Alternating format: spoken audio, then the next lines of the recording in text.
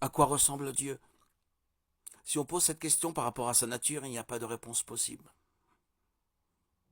Et si on la pose par rapport à ce qu'il a révélé de lui-même, et que notre raison humaine peut comprendre avec révérence, alors je crois qu'une réponse pleinement satisfaisante est possible. Nous pouvons connaître la nature de Dieu. Le livre de Job dit: prétends-tu pénétrer les profondeurs de la pensée de Dieu? Prétends-tu découvrir ce qui touche à la perfection de Tout-Puissant? Elle est aussi haute que le ciel. Comment t'y prendras-tu? Elle est plus profonde que le séjour des morts. Que pourras-tu en savoir? Job 11, 7, 8. Nous pouvons cependant comprendre ce qu'il nous a révélé dans sa parole et sa création, et que notre raison humaine peut comprendre avec révérence. Quand Dieu a dit à Moïse d'aller trouver Pharaon d'Égypte pour lui demander de laisser partir les Israélites, il lui a répondu: j'irai donc trouver les Israélites et je leur dirai: le Dieu de vos ancêtres m'envoie vers vous. Mais s'ils me demandent quel est son nom, que leur répondrai-je? Exode 3,13. La réponse de Dieu était simple, mais très profonde.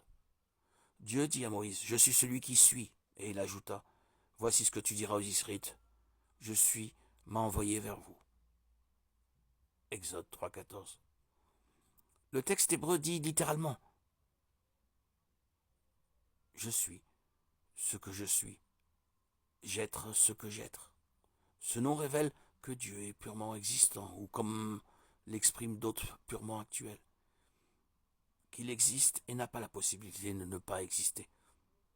Autrement dit, si beaucoup de choses, par exemple les êtres humains, les animaux, les plantes, existent, une seule, Dieu, n'est existant par lui-même. Le fait que Dieu seul est existant par lui-même nous révèle 5 vérités à son sujet sur sa nature. D'abord, il est le seul être qui existe par lui-même et la cause première de tout ce qu'il existe.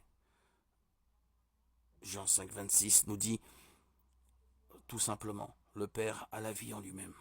Paul a prêché: il n'est pas servi par des mains humaines, comme s'il avait besoin de quoi que ce soit, lui qui donne à tous la vie, le souffle et toute chose. Acte 17, 27.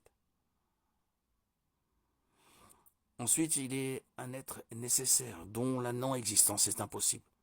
Il est le seul être nécessaire. Tous les autres êtres sont contingents, c'est-à-dire qu'ils pourraient ne pas exister. Si Dieu n'existait pas, rien d'autre n'existerait. Il est aussi le seul être nécessaire par qui tout le reste existe. Comme le dit Job: s'il ne pensait qu'à lui-même, s'il reprenait son esprit et son souffle, toute créature respirerait d'un coup et l'homme retournerait à la poussière.